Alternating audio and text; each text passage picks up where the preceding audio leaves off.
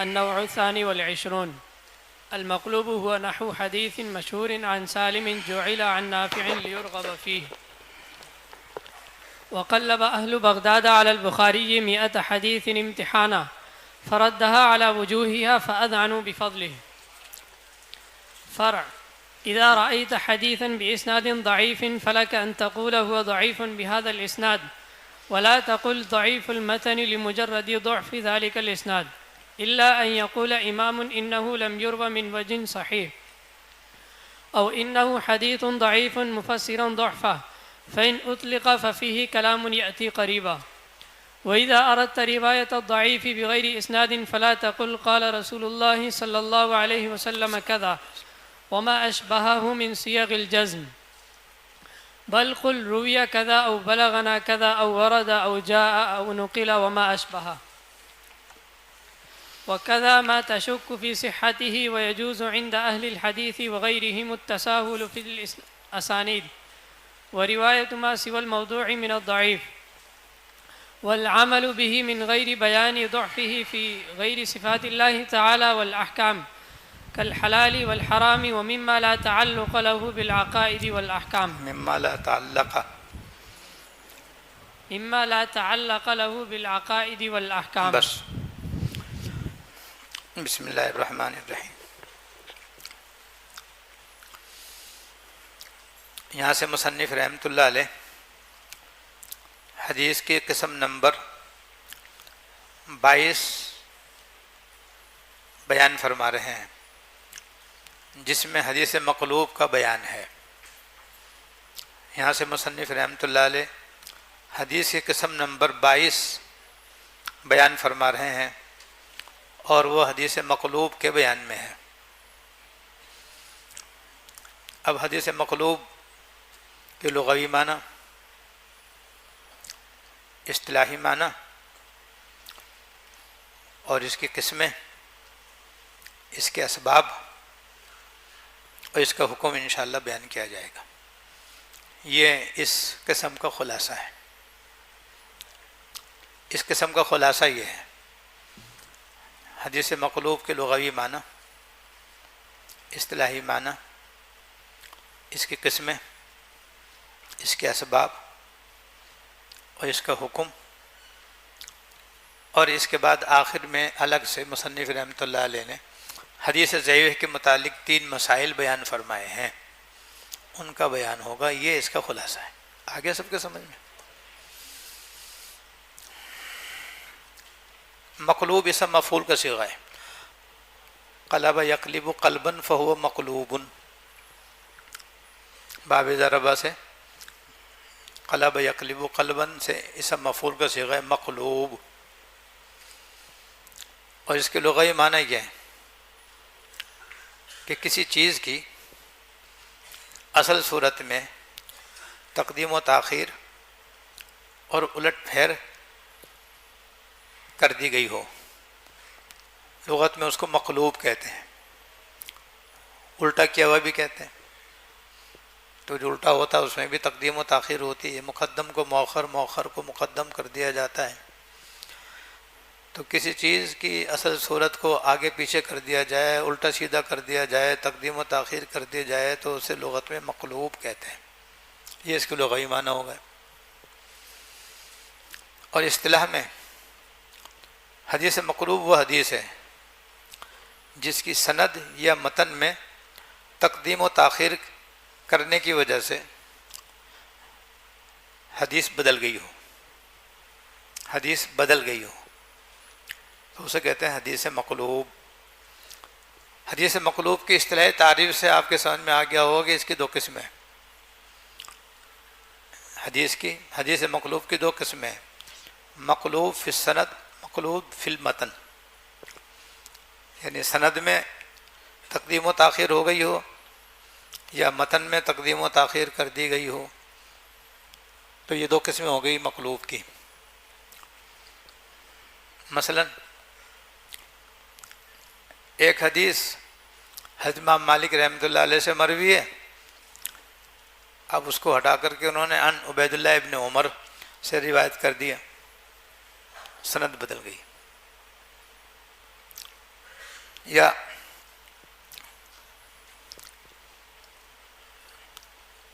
کعب بن مرہ سے حدیث مروی ہے، مرہ بن کعب سے روایت کر دیا، سند بدل گئی. یا متن کے اندر تبدیلی ہو جائے اور تقدیم و تاخیر ہو جائے، جیسے شرح نخبہ کی مثال نیچے علامہ سیوطی نے نقل فرمائی ہے کہ مسلم شریف کے اندر حدیث شریف کی الفاظ ہیں وفی المتن بحدیث مسلم فی السبعۃ الذین یظلهم اللہ ورجل تصدق بصدقۃ اخفاها حتی لا تعلم یمینہ ما تنفق شمالہ. یہاں لا تعلم یمینہ پہلے مسلم کے اندر، جبکہ بخاری شریف میں یہ الفاظ انما هو حتی لا تعلم شمالہ ما تنفق یمینہ، اور یہی صحیح ہے. تو دیکھیے تقدیم و تاخیر ہو گئی نا دونوں جگہ. یہ جیسے ایک اور روایت، ایک اور مثال طبرانی کے حوالے سے علامہ سیوطی نے بیان فرمائی ہے کہ حضرت ابو ہریرہ رضی اللہ تعالیٰ عنہ کی حدیث ہے اذا امرتکم بشیء فأتوہ واذا نہیتکم عن شیء فاجتنبوہ ما استطعتم، یہ الفاظ ہیں. جبکہ مشہور صحیحین کے اندر یہ الفاظ ہیں ما نہیتکم عنہ فاجتنبوہ وما امرتکم بہ فافعلوا منہ ما استطعتم. دیکھو الفاظ میں تقدیم و تاخیر ہو گئی. یہ متن کے اندر تقدیم و تاخیر کی وجہ سے اس حدیث کو حدیث مقلوب کہا جائے گا. جیسے کہ پچھلی مثالوں میں جو تقدیم و تاخیر ہوئی اس کی وجہ سے سند کے بدلنے کی بنا پر اس کو حدیث مقلوب کہا جائے گا.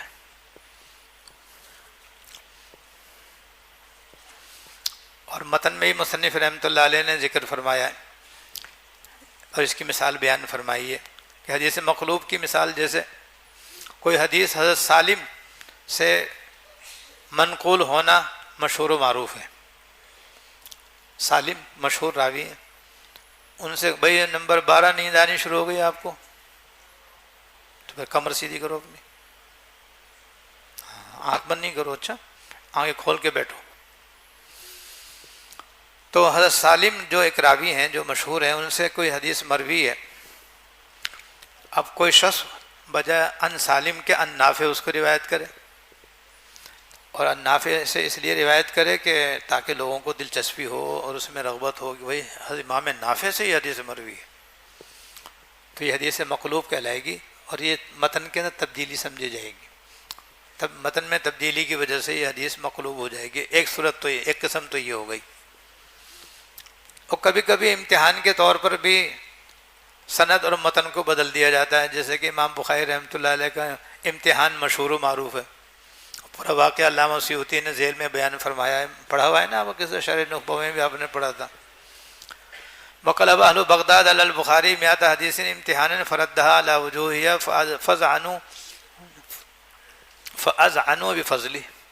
اس کے نتیجے میں اہل بغداد ان کے حافظ اور متقن ہونے کے قائل ہو گئے.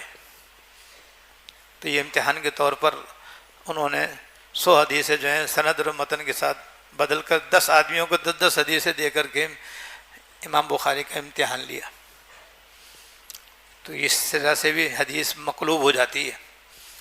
لیکن اس میں شرط یہ ہے کہ امتحان کے بعد پھر اصل سند کو اصل حدیث کے ساتھ بیان کر دینا ضروری ہے. جیسے حضرت امام بخاری رحمۃ اللہ علیہ نے آخر میں 100 کے 100 حدیثوں کی پہلے تو غلط سنایا کہ دیکھو یہ اس حدیث کی یہ سند تم نے بتائی اور یہ متن اس کے ساتھ جوڑا.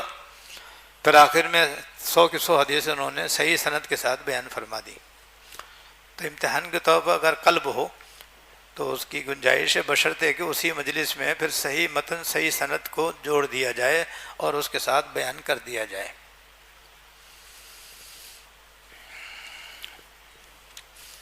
اب اس کے بعد آگے تو فروع ہیں، لیکن یہاں اسباب قلب بیان کرنے کی ضرورت ہے کہ حدیث کے اندر جو تقدیم و تاخیر ہوتی ہے، جو کبھی متن میں ہوتی ہے کبھی سند میں ہوتی ہے، اس کے کیا اسباب ہیں؟ تو کہتے ہیں ایک سبب تو یہ ہے کہ بعض دفعہ حدیث غریب کو مشہور کرنے کے لیے ایسا کیا جاتا ہے، اور چونکہ یہ سراسر جھوٹ ہے اس لیے حرام ہے اور ناجائز ہے. اور کبھی امتحان کے لیے ہوتا ہے، جیسے کہ حضرت امام بخاری رحمۃ اللہ علیہ کا واقعہ آپ نے سن لیا، پڑھ لیا، اس میں شرط یہی ہے کہ اسی مجلس میں پھر اس حدیث کو صحیح بھی کر لیا جائے۔ اور کبھی کبھی غلطی ہو جاتی ہے راوی سے، باپ کی جگہ بیٹا، بیٹے کی جگہ باپ اس کی زبان سے نکل جاتا ہے، جیسے کعب بن مرہ ہے تو اس سے غلطی سے مرہ بن کعب نکل گیا، یا اس حدیث کی سند میں مرہ بن کعب اور اس نے غلطی سے کعب بن مرہ کہہ دیا تو وہ معذور ہے، اور معذور جو ہوتا ہے ماخوذ نہیں ہوتا۔ اب حدیث مقلوب کا حکم، تو حدیث مقلوب کا حکم یہ ہے کہ وہ حدیث ضعیف ہوتی ہے، وہ ضعیف حدیث کی طرح ہوتی ہے، اور اس سے استدلال کرنا یا اس پر عمل کرنا جائز نہیں ہوتا۔ اب چونکہ حدیث ضعیف کے حکم میں ہوتی ہے، لہٰذا اب آگے مصنف رحمۃ اللہ علیہ 3 جزوی مسائل بیان فرما رہے ہیں، تینوں کا تعلق حدیث ضعیف سے ہے۔ اب آگے مصنف رحمۃ اللہ علیہ فرع کہہ کر حدیث ضعیف کے بارے میں 3 مسائل بیان فرما رہے ہیں۔ توجہ دیں وہی سب حضرات،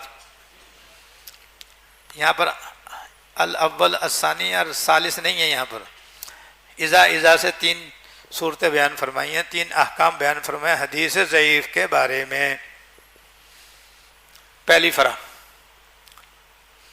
پہلا جزوی مسئلہ، اس کا خلاصہ یہ ہے کہ جب کوئی حدیث سند کے اعتبار سے ضعیف ہو تو حدیث کو ضعیف نہیں کہنا چاہیے، حدیث کو ضعیف نہیں کہنا چاہیے، یوں کہنا چاہیے اس حدیث کی سند ضعیف ہے، یوں کہنا چاہیے کہ اس حدیث کی سند ضعیف ہے، یوں نہیں کہنا چاہیے کہ حدیث ضعیف ہے۔ یہ پہلا حکم ہو گیا بھائی۔ البتہ 3 صورتیں مستثنیٰ ہیں اس سے، اس حکم سے 3 صورتیں مستثنیٰ ہیں بھائی۔ ایک تو یہ کہ کوئی امام اور محدث کسی حدیث کے بارے میں یہ کہہ دیں کہ اس کی کوئی سند صحیح نہیں ہے، یہ کسی صحیح حدیث سند سے مروی نہیں ہے، یہ تو اس صورت میں حدیث کو ضعیف کہہ سکتے ہیں۔ یا پھر یہ کہ اگر حدیث کو ضعیف کہنا ہے تو اس کے ضعف کی وضاحت ضروری ہے کہ حدیث ضعیف ہے تو وجہ یہ ہے، وجہ بیان کر کے حدیث کو ضعیف کہنے کی گنجائش ہے، ورنہ نہیں۔ تو صورتوں کے تیسری صورت کے بارے میں فرماتے ہیں، اگر کسی نے کسی حدیث کو مطلقاً ضعیف کہا ہے تو اس کا حکم دوسری فرع کے اندر آ رہا ہے، اس کا حکم دوسری فرع کے اندر آ رہا ہے۔ یہ پہلی فرع ہو گئی مکمل بھائی۔ اب دوسرا جزوی مسئلہ، وَإِذَا أَرَدْتَ سے دوسرا فرعی مسئلہ بیان ہو رہا ہے، اس کا خلاصہ یہ ہے، اس کا خلاصہ یہ ہے کہ جب کوئی آدمی بغیر سند کے حدیث ضعیف بیان کرنا چاہے تو یوں نہ کہے قال رسول اللہ صلی اللہ علیہ وسلم، بلکہ مجہول کے صیغے کے ساتھ کہے، جیسے رویہ، حکیہ، نقیلہ، بلغنا، رویہ، صیغہ غیر جزم کے ساتھ اس کو بیان کرے۔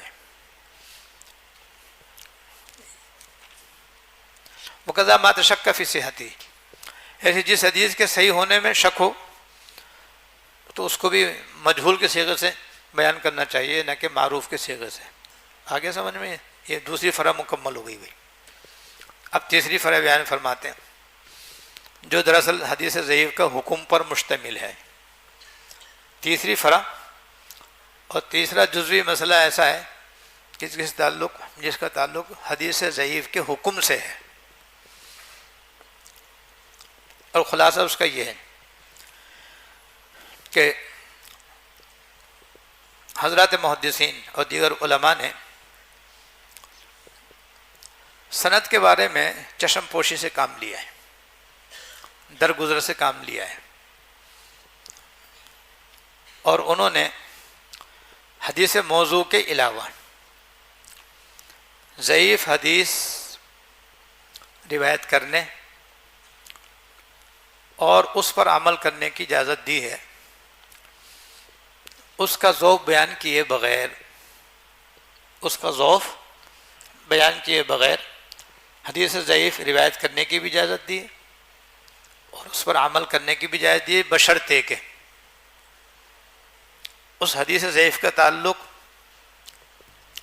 اللہ تعالیٰ کی صفات سے نہ ہو، اللہ تعالیٰ کی صفات سے نہ ہو، اور احکام سے بھی نہ ہو۔ پھر احکام کی دو قسمیں، احکام اعتقادیہ جیسے عقائد، اور احکام عملیہ جیسے حلال و حرام، اس سے بھی نہ ہو، بلکہ فضائل سے ہو، مواعظ سے ہو، واقعات سے ہو، تو بغیر بیان ضعف کے بھی حدیث ضعیف بیان کرنا اور اس پر عمل کرنا درست۔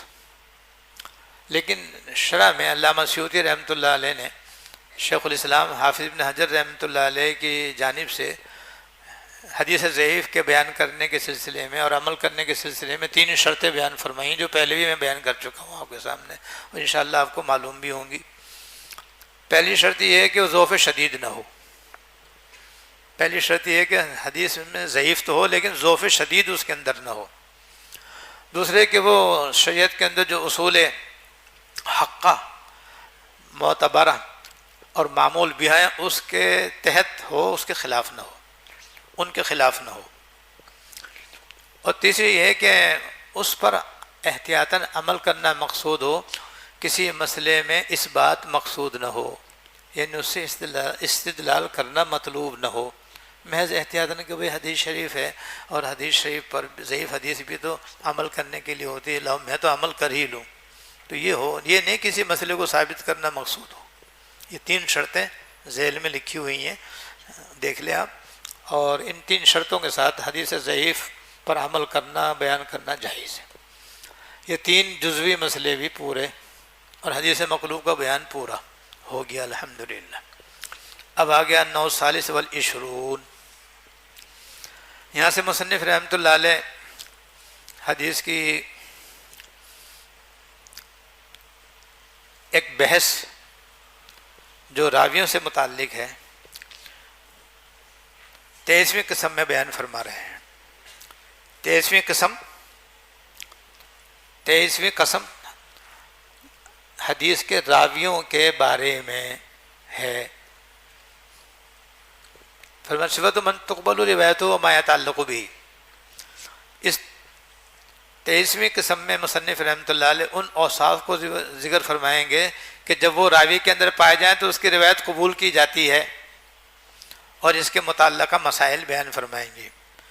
چنانچہ اس قسم 23ویں قسم میں مصنف رحمۃ اللہ علیہ 13 مسائل بیان فرمائے ہیں، بھائی 13 مسائل بیان فرمائے ہیں، جو بہت ہی آسان ہیں اور آپ کے پڑھے ہوئے ہیں، گھبرانے کی ضرورت نہیں، مگر بیدار رہنے کی ضرورت ہے، متوجہ رہنے کی ضرورت ہے نہیں متوجہ؟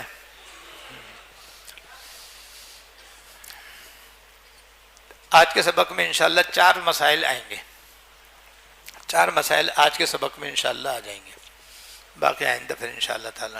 وفی مسائل، اور اس قسم کے اندر چند مسائل ہیں، میں نے بتا دیا وہ 13 ہیں۔ احدہا، اب پہلے مسئلے کا خلاصہ سمجھ لے بھائی۔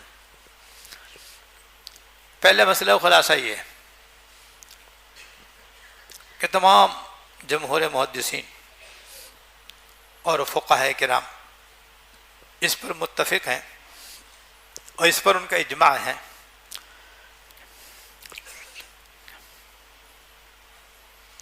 کہ حدیث کے مقبول ہونے کے لیے اور قابل قبول ہونے کے لیے راوی کا عادل اور ضابط ہونا ضروری ہے۔ پہلے بھی بتا چکا ہوں تفصیل سے آپ کے سامنے، یہاں بھی اسی کی تفصیل آ رہی ہے، عادل کسے کہتے ہیں، ضابط کسے کہتے ہیں۔ بہرحال راویوں کا حدیث کے معتبر ہونے کے لیے اس کی سند کے راویوں کا عادل اور ضابط ہونا ضروری ہے۔ اب اسی کی تشریح آگے آ رہی ہے کہ عادل کسے کہتے ہیں، ضابط کسے کہتے ہیں۔ فرماتے ہیں عادل یہ ہے کہ راوی مسلمان ہو لہذا کافر نکل گیا، کافر عادل نہ ہوگا۔ بالغ کی قید سے نابالغ نکل گیا، عاقل کی قید سے پاگل نکل گیا، کیونکہ پاگل راوی کی روایت کا اعتبار نہیں۔ اور اسباب فسق سے محفوظ ہو، سلیم کے معنی محفوظ، اسباب فسق سے بچنے والا ہو، اور خلاف مروت کاموں سے بھی پرہیز کرنے والا ہو. یہ تعریف پہلے بھی آپ پڑھ چکے ہیں الحمدللہ. اسے کہتے ہیں عادل. یہ عادل کی تفسیر ہو گئی بھائی. اسباب فسق کے معنی آپ کو معلوم ہے کہ شرابی کبابی نہ ہو، لچا شودا نہ ہو، بدماش نہ ہو، کبائر سے بچتا ہو، صغائر پر اصرار نہ کرتا ہو، اور خلاف مروت کام نہ کرتا ہو. یعنی وہ کام جو شریف انسان نہیں کر سکتا وہ کرتا ہے. مثلا راستے میں پیشاب کرنے بیٹھ جاتا ہے، یا ایسی چوراہوں پر بیٹھا رہتا ہے اور عورتوں کو گھورتا رہتا ہے، وہیں بیٹھ کے چائے پی رہا ہے. تو ایسے شریف آدمی تو ایسا نہیں کر سکتا. بلا وجہ بازاروں کی طواف کر رہا ہے، بازار گھومنے جا رہا ہے، تو یہ شریف آدمی کا کام نہیں ہوتا، آوارہ لوگوں کا کام ہوتا ہے. ان سب سے پرہیز کرنے والا اسے کہتے ہیں عادل. اب آیا سمجھ میں؟ بھئی آپ اپنا بھی جائزہ لے لو. آپ میں سے تو کوئی ایسی گڑبڑ نہیں کر رہا ہے. اپنا بھی جائزہ لیتے جاؤ ساتھ ساتھ. اور متیقظاً حافظاً، یہ ضابط کی تفصیل آ گئی کہ اس نے جو حدیث حاصل کی ہے تو وہ تام الضبط ہو. ارے پیچھے پڑھا تھا نا تام الضبط، وہ آگے دیکھو یہاں پر. پھر اس کی دو قسمیں بتا دی، ضبط بالکتابت، ضبط بالصدر. تو ضبط بالکتابت کا مطلب بھی معلوم ہے نا سب آپ کو، ایسے ضبط بالصدر بھی معلوم ہے نا آپ کو، وہ یہاں پر آ گیا. تو حدیث اس کو ازبر و ان حدث من حفظہ، تو اس کی تشریح آ گئی. ضابطا لکتابی، ایسے اپنی کتاب کو محفوظ کرنے والا ہو، یعنی اس نے اپنی کتاب کو اپنے استاد کی اصل سے ملا لیا ہو، اور جہاں کہیں اعراب مشکل ہو وہ کتاب استادی کتاب سے اپنی کتاب کی اصلاح کر لی ہو. اس طرح سے وہ ضبط بالکتابت پر بھی عمل پیرا ہو. تیسری چیز یہ ان حدث منہ، یہ تو اس کا تعلق تو کتابی سے. عالما بما یحیل المعنی، اس کا مطلب ہے اگر وہ روایت بالمعنی کرتا ہے تو ان باتوں کو جانتا ہو جس سے معنی بدل جاتے ہیں. اور یہ شرط ہے روایت بالمعنی کے اندر. روایت بالمعنی کی بحث پڑھی ہوئی ہے نا آپ کی. یہ ہو گیا پہلا مسئلہ. ہے کوئی مشکل؟ اب دوسرا مسئلہ ذرا آپ کے لیے تھوڑا سا نیا ہوگا انشاءاللہ تعالی. اور نیا ہونے کا یہ مطلب نہیں ہے کہ مشکل ہے، بلکہ میں اس لیے کہہ رہا ہوں توجہ دیں، اس لیے کہہ رہا ہوں تاکہ توجہ دیں. یہ کہنا چاہتے ہیں دوسرے مسئلے کے اندر مصنف رحمۃ اللہ علیہ کہ بھئی راوی کا عادل ہونا کیسے معلوم ہوگا، راوی کی عدالت کس طرح ثابت ہوگی، ہمیں کیسے پتہ چلے گا کہ یہ راوی عادل ہے. تو اس کی صورتیں بیان فرمائیں گے. ایک صورت تو یہ ہے کہ دو آدمی اس کے عادل ہونے کی وضاحت کریں، کم از کم دو آدمی کہیں کہ بھئی یہ راوی عادل ہے، تو پھر اسے عادل سمجھا جائے گا. دوسری صورت یہ ہے کہ اس کا عادل ہونا مشہور و معروف ہو، اہل علم کے درمیان اس کا عادل ہونا معلوم ہو، اور حضرات محدثین کے اندر اس کی تعریف اور اس کا عادل ہونا ذکر کیا جاتا ہو، تو اس سے بھی اس کو عادل سمجھا جائے گا. پھر اس کی مثالیں دی ہیں جو کہ مشہور و معروف، حضرت امام مالک رحمۃ اللہ علیہ، حضرت سفیان ثوری، سفیان ابن عیینہ، امام اوزاعی، امام شافعی، امام احمد ابن حنبل وغیرہ، کہ سب ایسے آفتاب و ماہتاب ہیں کہ حضرات محدثین کی جماعت میں یہ مثل شمس و قمر کے ہیں. مشہور و معروف ہے، اب ان کے لیے کسی گواہ کی ضرورت نہیں ہے، بغیر گواہی کے محض ان کی شہرت ہی ان کے عادل ہونے کے لیے کافی شافی ہے.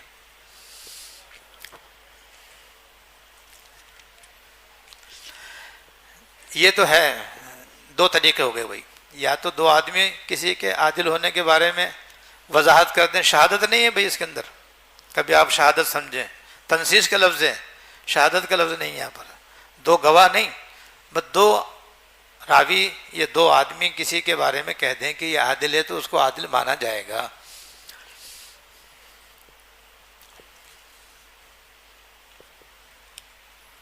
لیکن کہتے ہیں مصنف رحمۃ اللہ علیہ کہ علامہ ابن عبد البر رحمۃ اللہ علیہ نے اس میں بڑی گنجائش دی ہے، یعنی راوی کے عادل قرار دینے میں ان کا موقف بہت وسیع ہے. اور وہ یہ ہے کہ جو عالم اول تو عالم ہو، دوسرے کہ وہ علم کی خدمت میں مشغول ہو، تو بس وہ عادل ہے. وہ یہ فرماتے ہیں. دیکھ لیجئے، کل حامل علم معروف العنایت به محمول ابدا علی العدالہ حتی یتبین جرحہ، یہاں تک کہ اس کا مجروح ہونا واضح ہو جائے تو پھر وہ مجروح ہوگا، ورنہ عادل سمجھا جائے گا. وقولوا ھذا غیر مرضی، یہ امام نووی رحمۃ اللہ علیہ کا فیصلہ ہے کہ بھئی علامہ ابن عبد البر رحمۃ اللہ علیہ کا یہ قول ناپسندیدہ ہے، یعنی مرجوح ہے. اس لیے کہ ہر عالم جو علمی خدمت میں لگا ہوا ہو وہ عادل نہیں ہوتا. عادل بھی ہو سکتا ہے، فاسق بھی ہو سکتا ہے. اس لیے اتنی وسعت بھی مناسب نہیں ہے. یہ ایک مسئلہ پورا ہو گیا، 2 فرع پوری ہو گئی بھائی ماشاء اللہ، 2 جزئیے مکمل ہو گئے. آگے فرماتے ہیں تیسرا مسئلہ کہ ضابط ہونا کیسے پتہ چلے گا کہ یہ راوی ضابط ہے. ضابط کے معنی تو ہمیں معلوم ہو گئے، ضبط کی 2 قسمیں بھی معلوم ہو گئیں، لیکن یہ کہ کسی راوی کے بارے میں ہم کیسے فیصلہ کریں گے کہ یہ ضابط ہے اور متقن ہے. متقن کے معنی بھی ضابط کے ہوتے ہیں بھائی، سمجھ رہے ہیں نہیں سمجھ رہے؟ تو کہتے ہیں اس کی علامت یہ ہے اور اس کی نشانی یہ ہے کہ جو راوی اکثر ثقہ راویوں سے روایت کرتا ہے اور ضابطین سے روایت کرتا ہے، بس اس کو کیا کہتے ہیں ضابط سمجھا جائے گا.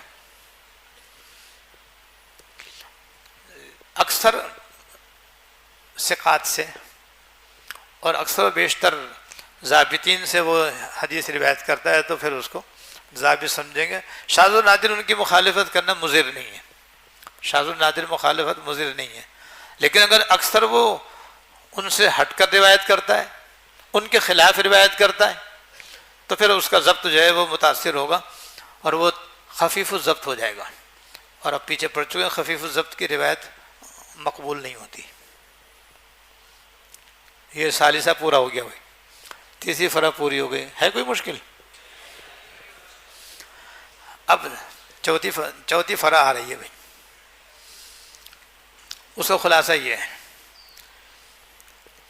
کہ ایک ہے کسی راوی کو عادل قرار دینا، دوسرے کسی راوی کو مجروح قرار دینا. اب یہ 2 باتیں یہاں بیان فرمائی ہیں. توجہ دے بھائی، سب حضرات متوجہ ہیں نا؟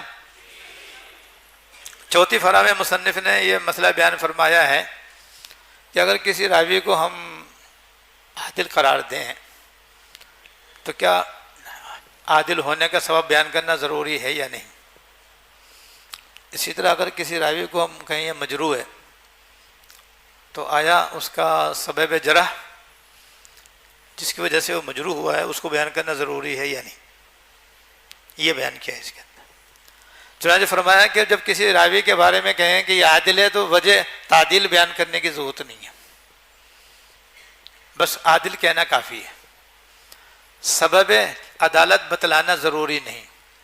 وجہ اس کی ہے کہ اسباب عدل بے شمار ہیں، لہذا ان کو بیان کرنے کی شرط لگانا تکلیف مالا یطاق ہے، اس لیے یہ درست نہیں ہے، یہ ضروری نہیں. لیکن اگر کسی راوی کو ہم مجروح کہیں تو سبب جرح بیان کرنا بھی ضروری ہے کہ مجروح ہے تو کس وجہ سے ہے، یہ کس بنا پر یہ راوی مجروح ہے، یہ بیان کرنا ضروری ہے. اس لیے ضروری کہ اسباب جرح محدود ہیں، اسباب آپ نے پڑھ لیے ہیں اور تفصیل وہ کچھ آگے بھی آنے والے ہیں، لہذا ان کا بیان کرنا کچھ مشکل نہیں ہے.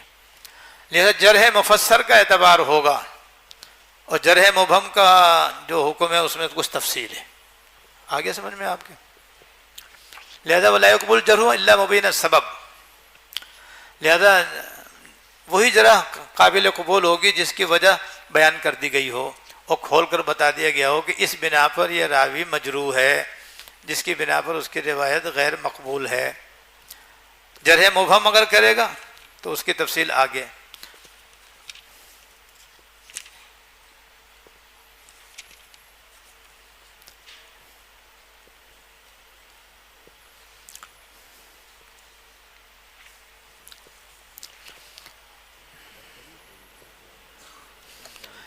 اس کے بعد آخر میں مصنف رحمۃ اللہ علیہ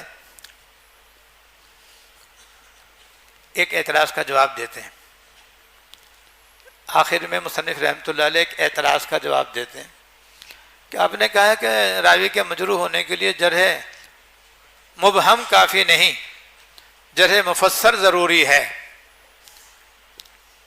یعنی جرح مبہم کا مطلب یہ ہے کہ سبب بیان نہ کیا جائے کہ بس راوی مجروح ہے، تو اتنا کہنا کافی نہیں ہے، اس کی وجہ بھی بیان کرنا ضروری ہے، کس بنا پر یہ راوی مجروح ہے. تو جرح مفسر ضروری ہے راوی کے مجروح ہونے کے لیے، جرح مبہم کافی نہیں. اس سے ایک اعتراض پیدا ہو رہا ہے، اس کا جواب دینا چاہتے ہیں. اعتراض یہ ہے کہ یہ جو جرح و تعدیل کی کتابیں ہیں جس کے اندر راویوں کے اوپر کلام ہوتا ہے کہ یہ راوی عادل ہے، یہ راوی مجروح ہے، تو وہاں تو جرح مبہم ہوتی ہے، جرح مفسر تو ہر جگہ نہیں ہوتی. تو پھر یہ سب کتابیں بیکار ہو گئی، کیونکہ آپ نے کہہ دیا کہ جرح مفسر کا اعتبار ہے، جرح مبہم کا اعتبار نہیں.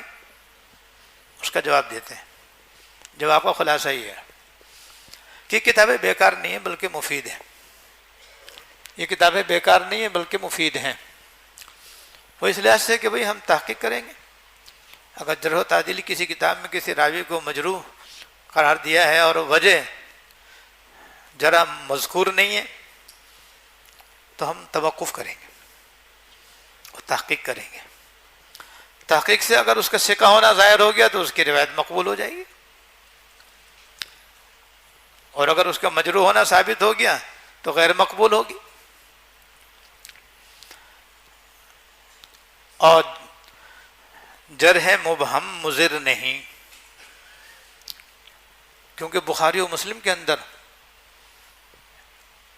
راویوں کی ایسی جماعت موجود ہے جن پر جرح مبہم پائی جاتی ہے، جن پر جرح مبہم پائی جاتی ہے. اس کے باوجود حضرت امام بخاری رحمۃ اللہ علیہ نے ان سے روایت لی ہے، حضرت امام مسلم رحمۃ اللہ علیہ نے بھی روایت لی. مثال یہ حضرت اکرمہ مولا ابن عباس یہ ایک راوی ہیں. حضرت اکرمہ مولا ابن عباس رضی اللہ تعالیٰ عنہ ایک راوی ہیں. عمرو بن مرزوق یہ بھی ایک راوی ہیں. ان سب پہ جرح مبہم ہے، پھر بھی امام بخاری نے بخاری شریف میں ان سے روایت لی. سوید بن سعید ایک راوی ہیں جن پہ جرح مبہم ہے. اس کے باوجود حضرت امام مسلم رحمۃ اللہ علیہ نے مسلم شریف میں ان سے روایت لی ہے. معلوم ہوا کہ جرح و تعدیل کتابیں بیکار نہیں ہیں، بیکار نہیں ہیں بلکہ کارآمد ہیں. لہذا اگر ان کتابوں کے اندر کسی راوی کے بارے میں یہ پتہ چلے کہ یہ مجروح ہے اور جرح مبہم ہو، یعنی وجہ مجروح ہونے کی بیان نہ کی گئی ہو، تو تحقیق ہوگی. یہ کتابیں کارآمد ہیں، بیکار نہیں.